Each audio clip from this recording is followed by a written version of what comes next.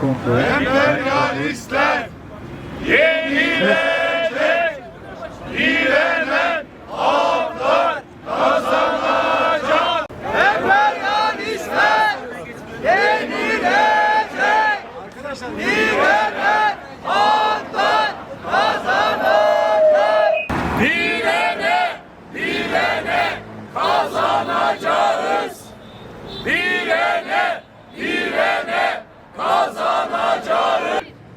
İran halkı yalnız değil. Olsun İsrail, Siyonizm. Orta Doğu'dan defol!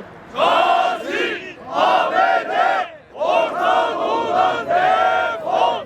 Halkların kardeşliği. Sen dedin azadi. Sen dedin azadi. Sen dedin azadi. ABD ve İsrail Orta Doğu'yu kendi çıkarları doğrultusunda yeniden dizayn etmek için halklara ölüm ve yıkım dayatıyorlar. Bu saldırganlık şimdi Lübnan'a da yönelerek bölgesel bir savaşın kapısını aralıyor. İran'a yönelik saldırılarda pek çok okul, hastane ve yerleşim alanı bombalandı. Çok sayıda sağlık çalışanı yaşamını yitirdi. Onlarcası yaralandı ve hastane kullanılamaz hale geldi. Bu saldırılar sivillerin doğrudan hedef alındığını göstermektedir. ABD Savaş Bakanı açıkça İran paket oldu. Başkentlerinin üzerinde uçuyoruz. Gökyüzünde ölüm ve yıkım yağdırıyoruz diyerek yürütülen saldırının nasıl bir barbarlık olduğunu ilk ağızdan ilan etti. Gazze'de uygulanan soykırım, Lübnan'a yönelik saldırılar ve bugün İran'a yönelen bombardıman aynı emperyalist savaş politikalarının parçalarıdır. Siyonist İsrail Devleti emperyalizmin bölgedeki ileri karakolu ve tetikçisidir.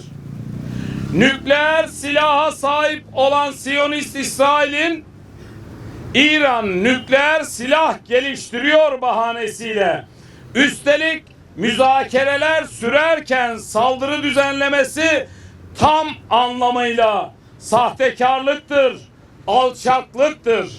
Katil ABD, katil İsrail. Katil ABD, katil İsrail.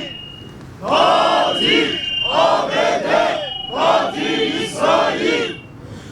Dünyayı nükleer silahlarla dolduranlar önce kendi cephanelerini ortadan kaldırmalıdır.